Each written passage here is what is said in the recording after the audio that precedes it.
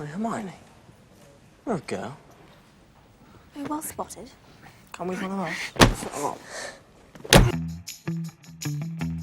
트라이 위저드 시합에 참가할 각 학교 대표 마법사들이 발표되고 Victor Crumb! Fleur Delacour! Cedric Diggory! 해리는 관전이나 하면서 이번 학기는 조용히 보내는가 싶었는데 Harry Potter! Come on, Harry. 브레잔이 뱉어낸 이름은 이의를 제기할 수 없어 결국 강제로 시합에 참여하게 되면서 펼쳐지는 이야기 해리포터와 브레잔입니다. 비밀의 방에 이어 아이들의 머리만큼 러닝타임이 길었던 영화 속 숨겨진 이야기와 오게티를 찾아봤습니다. 이제 봐놓은 것이란 참고로 왼쪽 상단의 검은색 동그라미는 비하인드 스토리, 빨간색은 오게티를 표시합니다. 브레잔은 8억 9,600만 달러 정도를 벌면서 시리즈 중 흥행순위 6위를 기록했습니다. 아즈카반의 제수도 그렇고 시리즈 내에서 비교하다 보니 망작처럼 들릴 수 있는데 브레잔은 2005년에 개봉한 영화 중 전세계 흥행순위 1위를 기록한 영화입니다. 평가는 아즈카반의 제수와 죽음의 성물 2편에 이어 3위로 거의 고정 수준입니다. 평론가들 뿐만 아니라 대중들에게도 수작으로 평가받았는데요. 알폰소 쿠아론 감독에 이어 영국 출신 마이클 뉴엘 감독이 메가폰을 잡으면서 완성도 높은 연출과 거의 700페이지에 달하는 원작 소설에 담긴 여러가지 요소들을 잘 녹여내어 즐길거리가 다양하다는 점에서 호평을 받았습니다. 하지만 원작 팬들 사이에서는 시리즈 중 가장 비판을 많이 받은 작품입니다. 퀴디치 월드컵 장면을 통째로 삭제했다는 점과 바티 크라우치 주니어의 생사 여부부터 미스테리였던 원작과는 다르게 영화에서는 초반부터 등장하며 누가 봐도 범인처럼 보이는 설정으로 원작에서 가장 재밌었던 미스테리 요소를 아예 없애버리기도 했는데요. 하지만 대표적으로 감독이 욕을 먹은 가장 큰 이유는 덤블도어의 캐릭터 분기였습니다. 늘 평정심을 유지하던 1편부터 3편까지와는 다르게 사춘기가 애들이 아닌 덤블도어에게 오면서 영화 내내 시도 때도 없이 소리 지르며 별것도 아닌 일에 급발진하는 모습을 확인할 수 있는데요.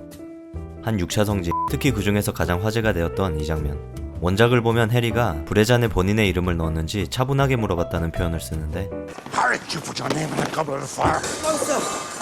You asked one of the older students to do it for you? No, sir.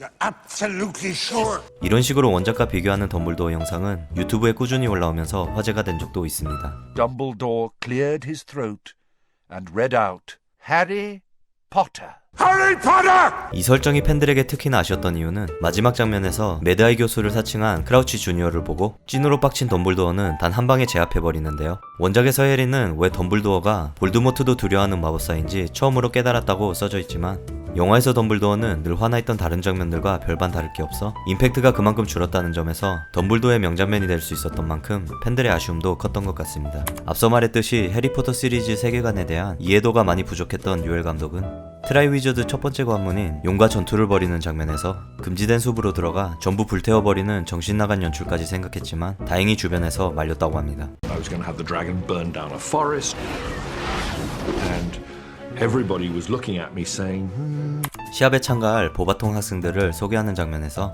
덤블도어의 테이프 마킹이 노출됩니다. 위즐리 쌍둥이가 브레잔에 이름을 넣는 장면에서도 테이프 마킹이 또 한 번 노출됩니다. 수업이 끝나고 학생들이 복도로 나오는 장면에서 자세히 들어보면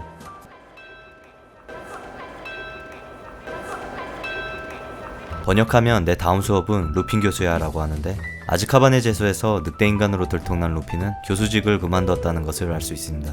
남의 학교 바닥에 구멍 내면서 등장하는 덤스트랭 학생들. 뒤에서 한 학생이 휘두르던 지팡이가 필치의 몸을 뚫어버립니다. 필치가 급하게 달려오는 장면에서 론을 2번 지나갑니다.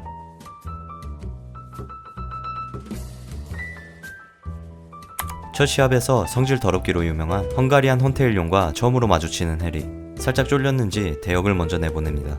두 번째 시합에서 검은 호수 안으로 들어가는 장면은 당시 유럽에서 가장 큰 수중 세트장에서 촬영되었다고 합니다. 다니엘 레드클리프는 수중 촬영을 위해 6개월간 트레이닝을 받으면서 스킨스쿠버 자격증까지 취득했다고 하는데요. 3주 동안 물속에서 촬영한 시간은 정확하게 41시간 38분이라고 합니다. 3 weeks we were filming for about that. 41 hours and 38 minutes underwater. 41 hours and 38 minutes in 3 weeks? Yeah.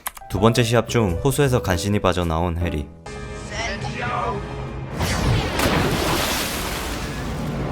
옆에 있던 시무스는 딘에게 수건을 더 가져오라고 시키는데 수건을 가지러 뒤돌아서는 장면까지 보이지만 이어지는 장면에서 다시 시무스 옆에 있다는 것을 확인할 수 있습니다.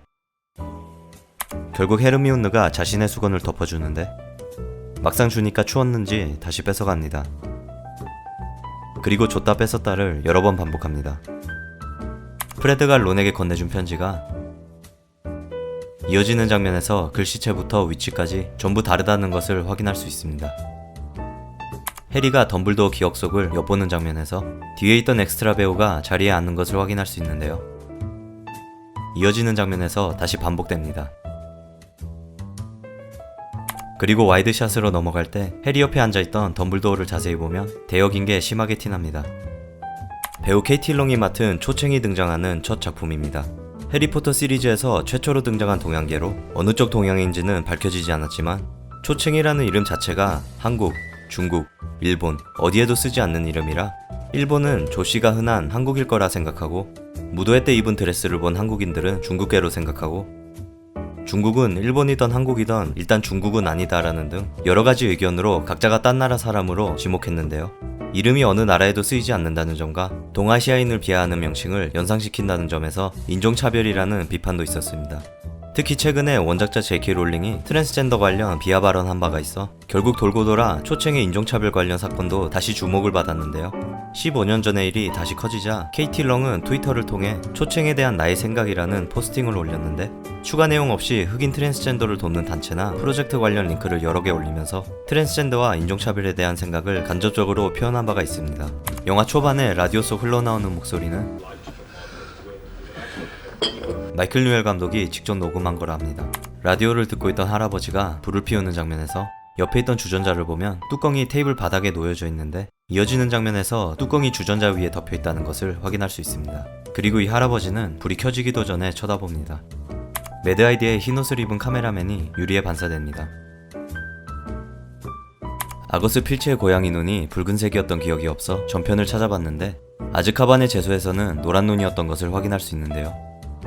원래 빨간 눈이 맞는 설정이라고 합니다. 어떨결에 아즈카반의 제소 오게티를 하나 더 찾았네요.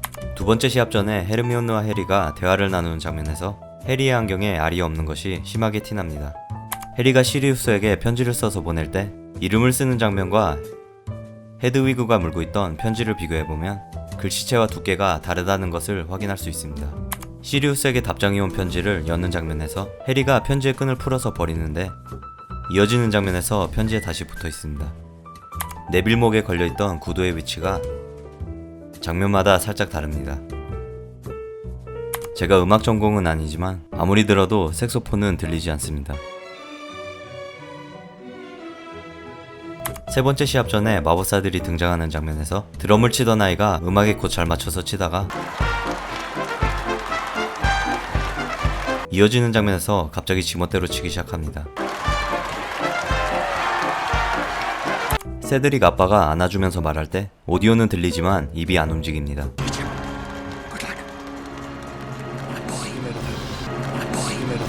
배우 레이프 파인스가 맡은 볼드모트가 등장하는 첫 작품입니다. 볼드모트 역을 맡기 위해 파인스는 전신 제모를 했고 코는 CG로 처리되었다고 합니다. 웜테일이 볼드모트 지팡이로 세드릭을 죽이고